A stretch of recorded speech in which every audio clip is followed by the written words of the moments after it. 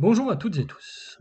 Aujourd'hui, petite vidéo donc sur les filtres avec un exercice inspiré de Retour d'Oro de Naval, retour lié à l'ancien examinateur. Donc ici, l'idée c'est d'analyser un filtre au départ inconnu. Donc qu'est-ce qu'on fait? On vous fournit des courbes d'entrée et de sortie, avec un zoom sur la sortie à chaque fois, à différentes fréquences, ou différentes périodes ici plus exactement. Et on vous demande à partir de là d'expliquer ce qui s'est passé, de proposer un filtre avec capacité imposée et une résistance R à trouver, permettant un traitement identique du signal. Derrière, on vous demande de tracer un diagramme de Bode, on vous demande si le filtre respecte un gabarit, et on vous demande de proposer un filtre utilisant les mêmes composants plus performants. Donc on peut s'attendre peut-être à ce que le filtre proposé initialement ne respecte pas tout à fait le cahier des charges donné ici. Alors, caractérisation du filtre. Qu'est-ce qu'il faut faire ici? Eh bien, on va reprendre les images une à une. Et sur chaque image, on va commencer par mesurer la période. Donc là, la période 1, on voit qu'elle vaut 0,10 secondes. On voit que l'amplitude de départ vaut 10 volts, l'amplitude en sortie vaut 0,1 volt. 0,10 volts.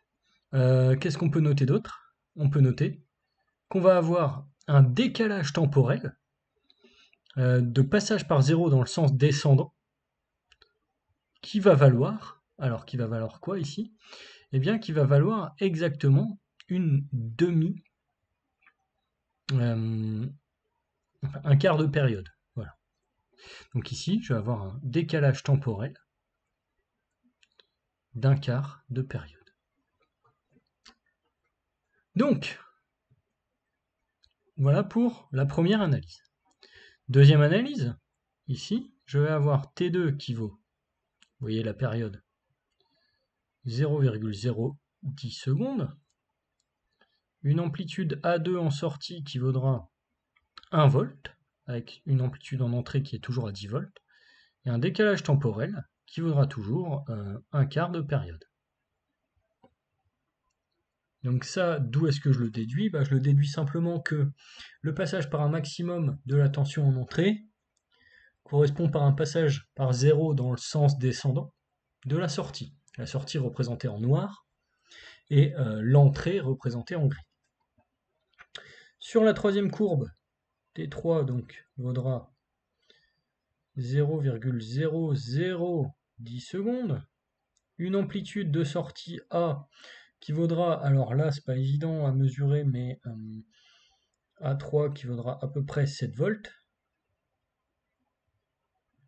et le décalage temporel qui sera à T sur 8. Dans le dernier cas, on aura un décalage temporel nul, une période T4 à 0,00010 secondes, et une amplitude A4 qui vaudra la même que l'amplitude d'entrée, donc qui vaudra 10 volts ici. Donc là, on sait déjà une chose, on sait que plus la période du signal diminue, plus l'amplitude de la sortie augmente. Alors ça caractérise quel type de filtre? Eh bien, on sait que ça caractérise un filtre passe-haut. On va un petit peu plus loin ensuite. On sait que donc pour la première image, la fréquence f1 est à 10 Hz. Dans ce cas, on sait que le gain, qui vaudra l'amplitude de la sortie sur l'amplitude de l'entrée, vaudra 1 sur 100. Le gain en décibels sera donc à moins 40. Le déphasage, phi, on a un décalage d'un quart de période entre les deux signaux, avec une avance pour la sortie. Donc le déphasage de la sortie par rapport à l'entrée est à plus pi sur 2. 2, F2 vaudra 100 Hz, avec un gain à 1 dixième, ce qui fera un gain en décibels à moins 20 décibels. Phi qui vaut toujours plus pi sur 2. 3, F3 vaudra 1000 Hz. G, alors là ce sera un petit peu plus subtil, vaudra à peu près 7 dixièmes, ce qui fait un gain en décibels à peu près moins 3 décibels. Phi vaudra ici à peu près pi sur 4, un huitième de période. Et sur le cas numéro 4, à F4 égale 10 000 Hz, eh bien on a un gain à 1, un gain en décibels à 0 et un déphasage à 0. Donc tout ceci va dans le sens d'un filtre passe-haut du premier ordre. Pourquoi? Parce qu'on va avoir une asymptote à plus 20 dB par décade, à basse fréquence.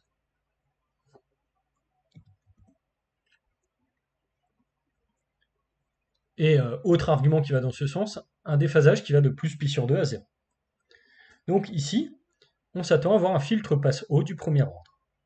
Alors quel filtre mettant en jeu R et C correspondrait à un filtre passe-haut du premier ordre? Eh bien ici, on va tester deux scénarios différents. Soit on met C ici et R en sortie, soit on inverse les composants. Alors on va commencer par tester ce cas-là, pour proposer un filtre. On sait que à basse fréquence, le condensateur est équivalent à un interrupteur ouvert. À haute fréquence, un condensateur est équivalent à un fil. Ceci venant du fait que l'impédance d'un condensateur vaut 1 sur JC oméga. Donc si on fait tendre oméga vers 0, évidemment le module de l'impédance tend vers l'infini. Si on fait tendre oméga vers l'infini, le module de l'impédance tend vers 0. Alors ici, si on remplace le condensateur par un fil à haute fréquence, on va avoir S égale E à haute fréquence.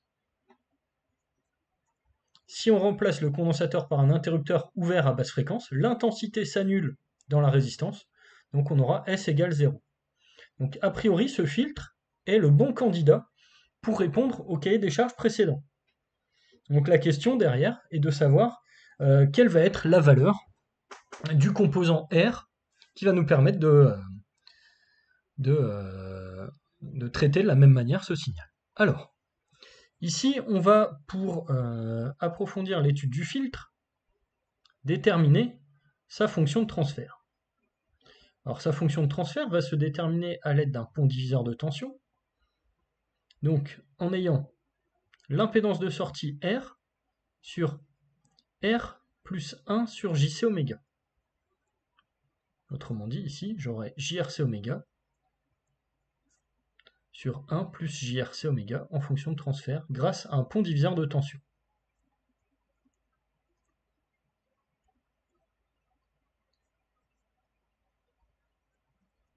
Donc là, voilà, je sais que la fonction de transfert, hein, je le rappelle, je suis allé peut-être un petit peu vite là-dessus, c'est la tension de sortie sur la tension d'entrée. Donc la tension de sortie est une proportion de la tension d'entrée qui est l'impédance du composant au bord duquel on mesure la tension de sortie sur l'impédance totale au bord de laquelle on mesure la tension d'entrée. Donc si on passe tout ceci en forme canonique,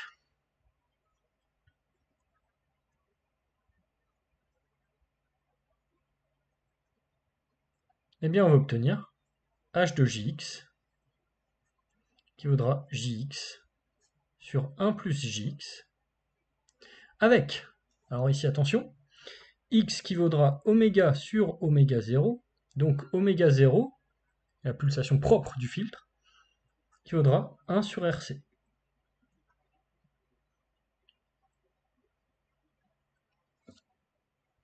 Donc voilà pour la fonction de transfert sous forme canonique d'un filtre passe-haut à l'ordre 1. Alors, si on veut tracer le diagramme de Bode et proposer la valeur de R, eh bien on va commencer par déterminer la bande passante du filtre.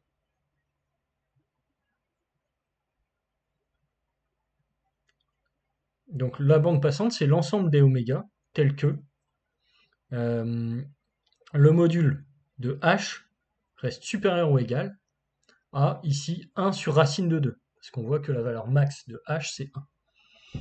Donc, ici, Je vais chercher module de h supérieur ou égal à 1 sur racine de 2. Ça va me donner x sur racine de 1 plus x carré supérieur ou égal à 1 sur racine de 2. Je réagence un tout petit peu le calcul. Je vais finir par obtenir A, la pulsation de coupure,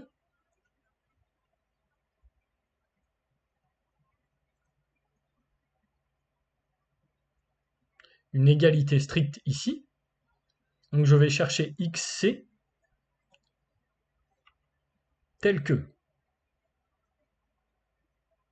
2xc carré, vous voyez j'ai élevé au carré et j'ai remplacé ici par une égalité, égale 1 plus xc carré. Donc, je vais obtenir directement que xc au carré égale 1, soit xc égale 1 ici, la valeur négative n'ayant pas de sens physique. Donc ici, qu'est-ce que ça signifie? Ça signifie que la bande passante va être telle que x est supérieur ou égal à xc. Autrement dit, oméga supérieur ou égal à oméga c qui vaudra 1 sur RC.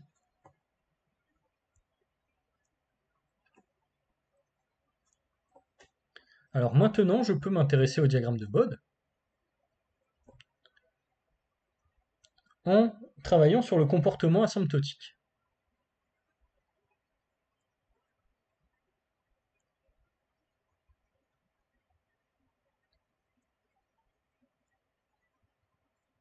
Alors, le comportement asymptotique, qu'est-ce qu'on va avoir? À basse fréquence, x qui tend vers 0. Donc, jx sur 1 plus jx va être équivalent à jx. Qu'est-ce que ça va me donner? GdB équivalent à 20 log de x, 20 log du module de la fonction de transfert, et phi qui va tendre vers l'argument de jx, vers plus pi sur 2. À haute fréquence, x tend vers l'infini, h de jx devient équivalent à jx sur jx, donc h de jx, on peut dire, va tendre vers 1, c'est une limite ici, ce qui fait que le gain en décibels va tendre vers 0, et que phi va également tendre vers 0. Il nous reste le cas x égale 1 à traiter, donc on sait qu'on a affaire à la coupure à cet endroit-là. Donc quand x égale 1, h vaut 1 sur 1 plus j, donc le module de h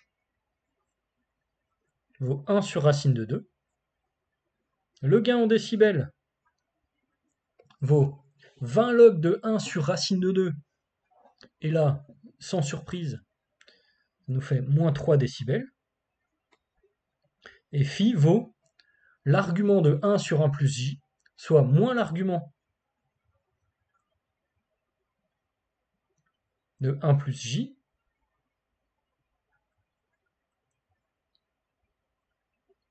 j'ai fait une bêtise, ici c'est j. C'est j sur 1 plus j, parce que c'est jx sur 1 plus jx. Donc ça fait moins argument de 1 plus j plus argument de j. Je vais un peu trop vite. Et donc ici, phi, qui vaudra bien plus pi sur 4. Donc tout ceci nous montre finalement que à x égale 1, j'ai la coupure pour module de h qui vaut 1 sur racine de 2. Alors, qu'est-ce que ça signifie?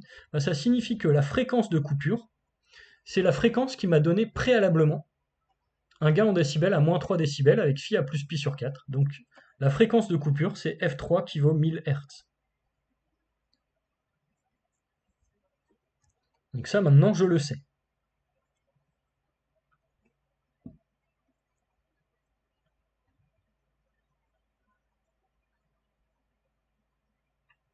Donc ici, qu'est-ce que je vais pouvoir faire maintenant? Eh bien, je vais pouvoir tracer un diagramme de Bode en fonction de la fréquence ou de la pulsation réduite. Donc, hop, je vais le faire ici.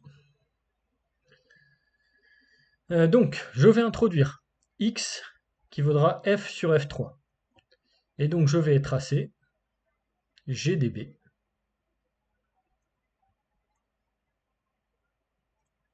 en fonction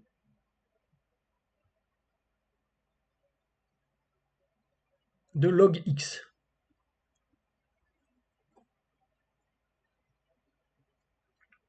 Donc à chaque fois que le log de x varie d'une unité, ça signifie que x est multiplié par 10. Hein. Hop, moins 1, moins 2. C'est le principe même des échelles logarithmiques. Donc là, je sais que je peux borner supérieurement à 0 le gain. Moins 10, moins 20, moins 30, moins 40, hop, voilà, comme ceci.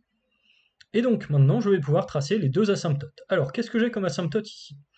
J'ai comme asymptote GDB qui est à plus 20 log de x à basse fréquence. Plus 20 log de x à basse fréquence. Donc je vais tracer une asymptote ici. Hop, moins 42.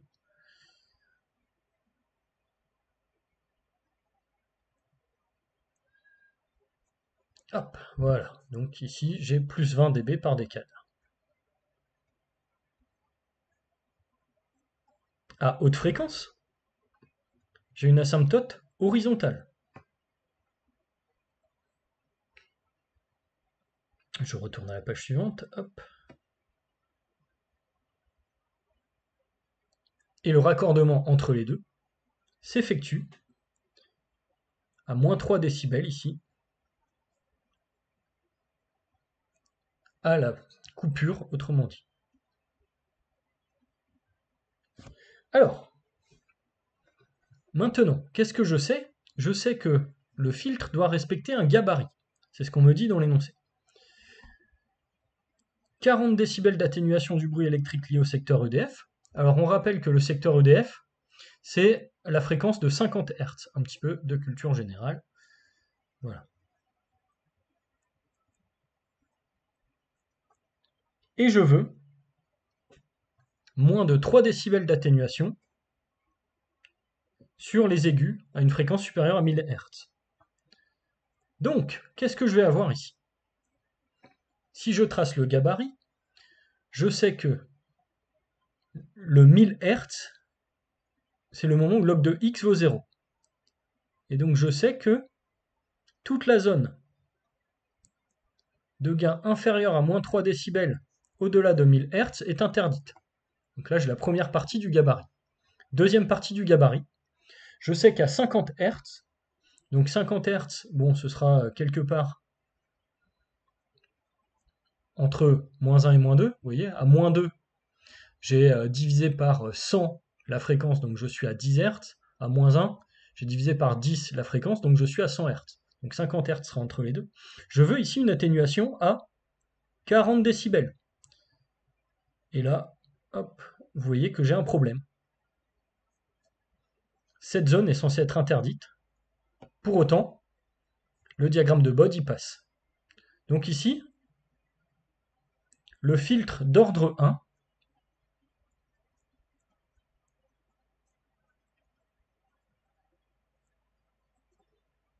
donc, ne respecte pas le gabarit.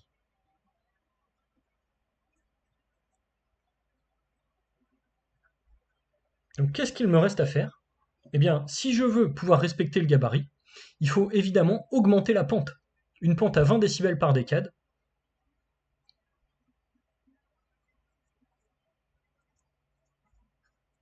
n'est pas suffisante.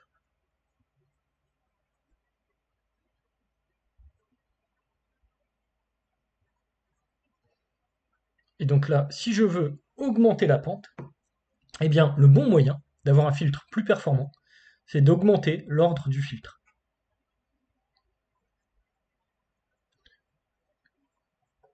Alors, augmenter l'ordre du filtre, ça veut dire par exemple qu'on va tenter de mettre en place un filtre d'ordre 2. Avec les mêmes composants, comment est-ce qu'on met en place un filtre d'ordre 2? eh bien, on peut par exemple disposer les filtres en cascade.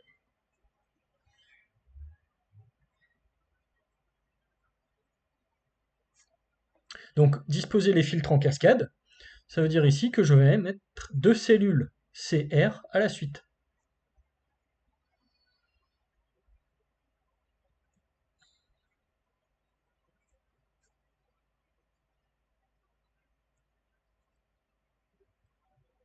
Et donc là, a priori, j'aurais bien constitué un filtre d'ordre 2.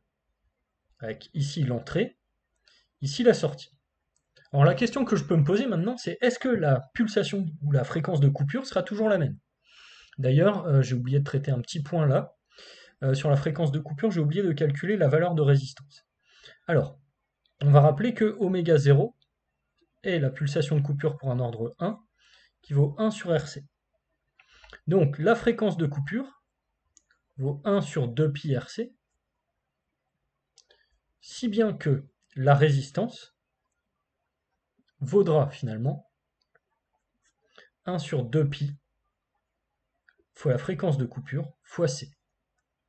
Donc ici, grâce à cette considération, je vais simplement calculer la valeur de résistance pour un filtre d'ordre 1 pour avoir une fréquence de coupure à 1000 Hz, ce que je veux. Et donc j'ai ici 159 ohms de résistance. Alors maintenant sur le filtre d'ordre 2, eh bien, je m'attends à avoir un décalage. En effet, à x égale 1 sur un ordre 2, je n'aurai sans doute pas moins 3 décibels de lien. J'aurai un gain un petit peu plus faible. Donc il va falloir ajuster la valeur de résistance. Et c'est là où intervient la question, pour aller plus loin, la question du calcul de la fonction de transfert du filtre et la question connexe de calcul de la fréquence de coupure du filtre d'ordre 2. Alors, là, clairement, sur un oral d'une demi-heure, bon, si on arrive à ce point-là, on est déjà dans les temps de passage. Donc maintenant, l'idée, c'est d'aller chercher des points en plus, si on a déjà fait proprement le début. Donc l'essentiel, c'est d'avoir fait proprement tout ce qui a été mis en place jusqu'ici. Et maintenant, on est en train de gratter des points pour être plus performant. Alors, comment est-ce qu'on va déterminer la fonction de transfert? Eh bien, ici, on va déterminer la fonction de transfert grâce à 2 ponts diviseurs. Donc, on va ici identifier une impédance équivalente et on va essayer de déterminer cette impédance pour la faire intervenir dans 2 ponts diviseurs successifs. On va positionner la tension U1 intermédiaire entre E et S aux bornes de la résistance R ici, donc entre ces 2 points de mesure. Alors là, qu'est-ce qu'on va pouvoir dire? Eh bien, on va pouvoir dire que la fonction de transfert h de j oméga, c'est S complexe sur E complexe, c'est aussi S complexe sur U1 complexe, fois U1 complexe sur E complexe. S complexe sur U1 complexe, on a un pont diviseur de tension simple entre R et C. En effet, U1, c'est la tension globale entre ce point et ce point. Donc ici, on va avoir S sur U1 qui est facile à calculer, qui vaut R sur R plus 1 sur JC oméga. U1 sur E, ce sera ZEC sur 1 sur JC oméga plus ZEC. Donc on voit que le nerf de la guerre ici, ça va être de déterminer ZEC grâce à 2 ponts diviseurs successifs.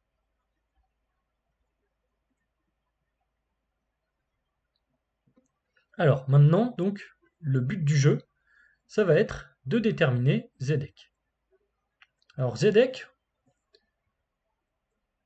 va être déterminé, ou plutôt YEC va être déterminé. Ce sera plus facile de travailler avec Y. Alors on sait que quand on associe des impédances en parallèle, eh bien, l'inverse de l'impédance équivalente vaut la somme des inverses des impédances. Donc YEC vaudra 1 sur R, pour la branche qui est ici, plus 1 sur R plus 1 sur JC oméga. Donc là, instantanément, je vais obtenir YEC en multipliant par JC oméga en haut et en bas, qui vaudra 1 sur R plus JC oméga sur 1 plus JRC oméga. Ok. Alors maintenant, je reprends la fonction de transfert précédente. H de J oméga qui valait R sur R plus 1 sur JC oméga. Donc autrement dit, JRC oméga sur 1 plus JRC oméga. Plus, alors plus, non pas plus, fois l'autre terme. L'autre terme, on a dit ZEC sur 1 sur JC oméga plus ZEC. Je divise tout par ZEC, complexe évidemment. Donc j'obtiendrai 1 sur YEC sur JC oméga plus 1.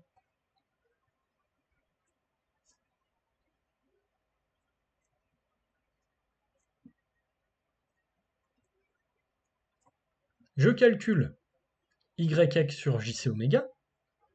Et ça va être relativement simple à calculer. Donc vous voyez, l'intérêt ici d'utiliser Y, c'est que ce terme-là va être très simple à calculer. En effet, ce terme-là, ça va être 1 sur JRC oméga, plus, ici j'ai divisé par JC oméga, 1 sur 1 plus JRC oméga. Donc là, je peux tenter de réagencer encore un petit peu ce calcul. Ce coup-ci, ce que je vais faire, c'est que je vais exploiter ce terme-là au global. Ce terme-là, je sais qu'il vaut JRC oméga. Je multiplie par JRC oméga fois 1 plus JRC oméga en haut et en bas. 1 plus JRC oméga. Sur... Alors là, qu'est-ce que j'obtiens? Eh bien, le produit JRC oméga fois 1 plus JRC oméga, plus...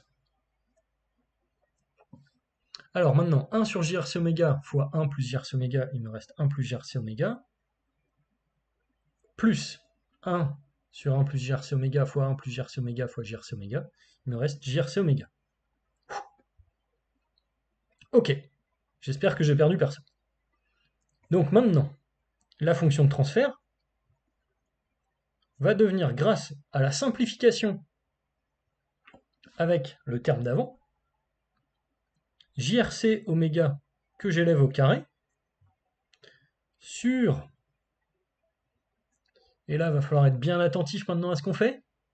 Donc vous voyez, là j'ai simplifié, alors je vais utiliser une autre couleur ici et là, très important, sur, alors, je vais avoir un 1 qui va apparaître ici. Ce 1 va être tout seul. Plus, maintenant je vais chercher tous les termes en JRC oméga. Une fois, deux fois, trois fois. Plus, et là maintenant je vais avoir JRC oméga fois JRC oméga. Ok, donc là j'ai obtenu la fonction de transfert de manière très simple. Si je la passe sous forme canonique,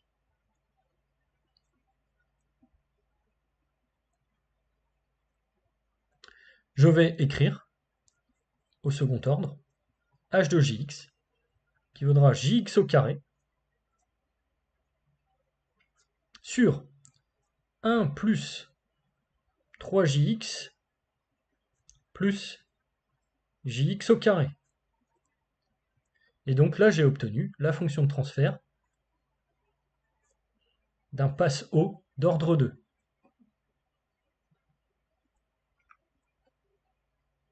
Avec ici x qui vaudra oméga sur oméga 0, donc oméga 0 qui vaudra encore une fois 1 sur RC. Alors, ici on peut dire donc que j'aurai ici un facteur de qualité qui vaudra 3 directement. Alors, maintenant que j'ai obtenu la fonction de transfert, eh bien je vais essayer de mener une réflexion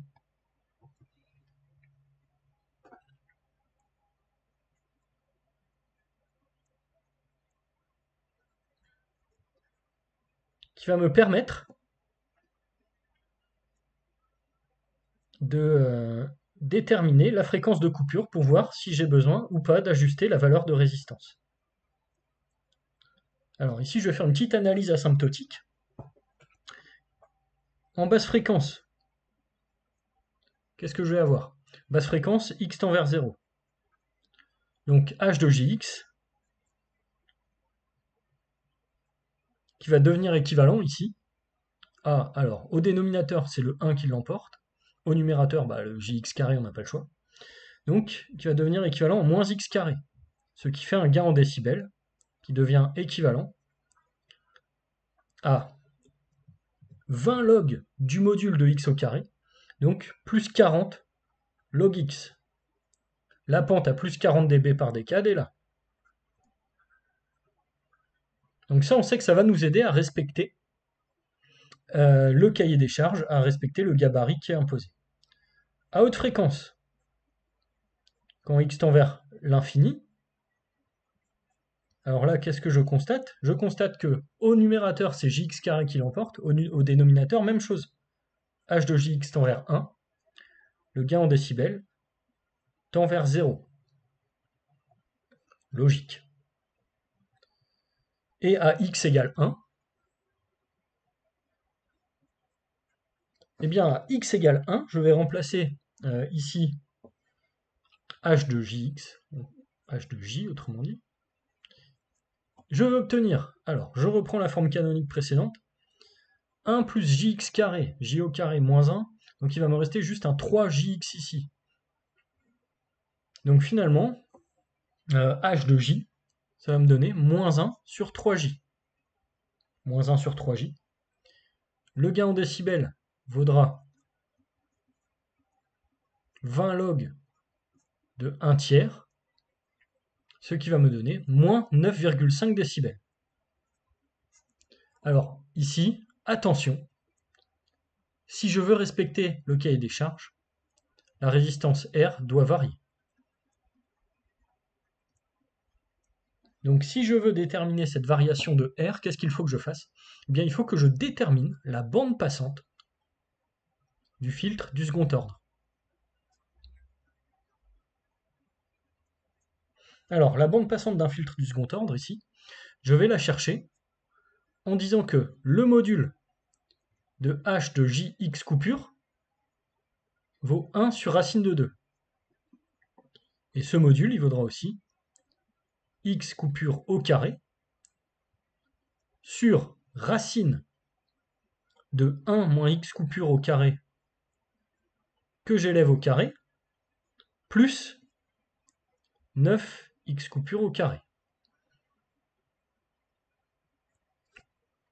Donc maintenant, déterminer la bande passante, ça veut dire que je vais résoudre cette équation.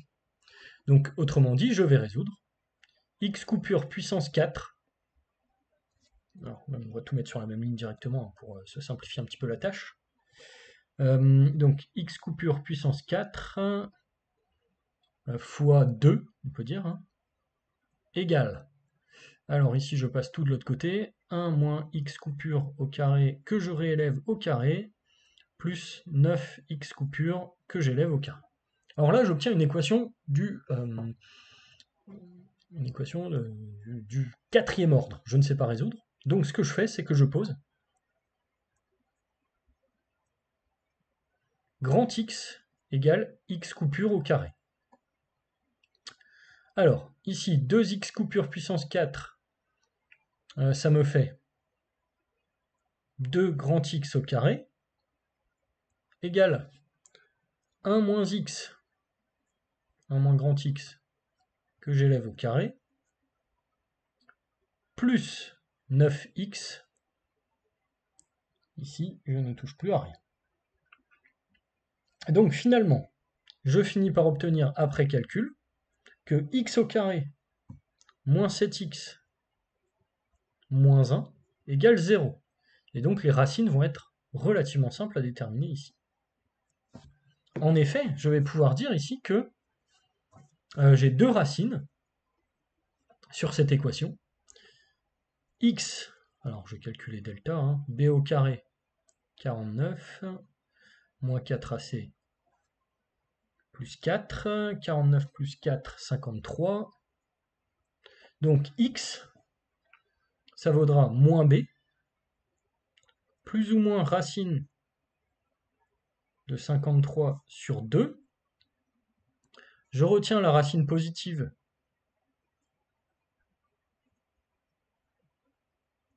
alors ici pour des raisons évidentes, la définition même de grand X. Et donc je vais obtenir au final un x de coupure qui vaudra la racine carrée de la racine positive de l'équation du second degré que j'ai trouvé ici. Donc xc vaudra racine de 7 plus racine de 53 sur 2 égale ici 2,67. Donc là, si je veux trouver la valeur corrigée de R,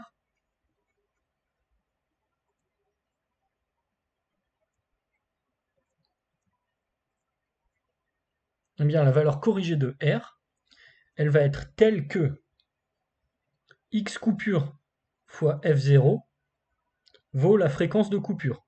Je veux une fréquence de coupure, je le rappelle, à 1000 Hz toujours. Donc ici, j'obtiens pour la résistance une valeur de R telle que. Alors ici, on va rappeler que F0, c'est toujours défini comme 1 sur 2pi RC. Donc R, c'est 1 sur 2pi F0C. Or, on sait que F0, c'est FC sur XC. Donc ici, je vais avoir R qui vaudra XC sur 2pi FC fois C. Donc par rapport au résultat précédent, qu'est-ce qui va changer? Ce qui va changer, c'est que la résistance sera 2,67 fois plus élevée. Donc si j'avais trouvé préalablement une résistance égale à, elle est où celle-là, 159 ohms, ici, pour l'ordre 1, si je veux la même fréquence de coupure de 1000 Hz à l'ordre 2, eh bien je vais devoir adopter une résistance de 425 ohms. Alors pourquoi est-ce que j'obtiens cette valeur-là? Alors ici, on va réfléchir 2 secondes à l'idée. Alors, en traçant à main levée le diagramme. Alors, ici, vous voyez, je fais log x ici. Donc, quand log x vaut 0, je n'ai plus moins 3 décibels, mais moins 9,5 décibels. Et donc, un petit peu plus loin, je vais avoir moins 3 décibels. Vous comprenez l'idée? En fait, la fonction de transfert est plus, donne une courbe de gain plus pentue. Et donc, la bande passante commence pour, ici, x, c'est égal 2,67. Donc, si je veux toujours m'assurer que ma fréquence de coupure est à 1000 Hz, il faut que le 1000 Hz sur le nouveau diagramme soit ici, et non plus ici. Donc ça veut dire quelque part que j'ai tout décalé en bloc. Donc j'ai décalé en bloc F0 pour pouvoir décaler aussi ma fréquence de coupure. Hop, comme ceci. Et donc ici, je suis obligé d'augmenter la résistance pour faire diminuer F0 pour que ma fréquence de coupure reste stable à 1000 Hz. Donc cet exercice, alors ici et son prolongement, c'était un extrait des retours d'oraux de Naval de l'ancien examinateur. Donc vous voyez ici un exercice à plusieurs niveaux de traitement, c'est-à-dire que le début est très classique. On commence avec du filtre d'ordre 1, passe haut, etc. On vous donne des courbes et on vous demande de retrouver le filtre. Ça, c'est la petite subtilité. Donc là, il faut déjà avoir beaucoup de recul sur le comportement des filtres. Comment est-ce qu'on identifie quasiment au premier coup d'œil un passe haut? Identifier très vite aussi que c'est un ordre 1, parce qu'une décade, c'est-à-dire une division par 10 de la fréquence, nous donne une division par 10 de l'amplitude aussi, donc ça nous fait une pente de 20 décibels par décade. Ensuite, eh bien, on déroule toute l'étude d'un filtre d'ordre 1 de manière très classique, et la résistance, vous voyez, se trouve grâce à la détermination de la fréquence de coupure. Après, si on nous pose la question de savoir comment on peut trouver un filtre plus performant, vu le cahier des charges qui nous est imposé, eh bien ici, l'idée, c'est de disposer des filtres en cascade. Donc là, si l'élève qui passe à l'oral manque de temps, l'oral peut s'arrêter ici, sur la disposition de filtres en cascade. On va dire ça, je pense que c'est le niveau auquel on s'arrête quand on a un oral qui se passe correctement. On n'est pas en train de faire une grosse performance, mais on a assuré l'essentiel. On a sauvé les meubles. Sur un oral, on a tenu le coup. Si on a le temps de présenter la méthode de calcul d'une fonction de transfert rapidement en disant qu'il faut faire 2 ponts diviseurs, bon, c'est toujours un petit plus. Si on a vraiment un oral qui se passe bien, l'examinateur peut pousser plus loin et amener le candidat vers ce type de question. Et là, directement, eh bien, on se doute que la note va monter parce que les questions deviennent un petit peu plus techniques. Bon, je pense que le calcul de bande passante, bon, faut vraiment aller très très vite pour arriver sur ce calcul-là. Bon, si on arrive là, je pense qu'on frôle des résultats vraiment excellents. On les atteint même peut-être. Sur ce, je vais vous dire de ne pas hésiter de poser vos questions dans les commentaires et vous annonce, encore une fois, la suite au prochain épisode.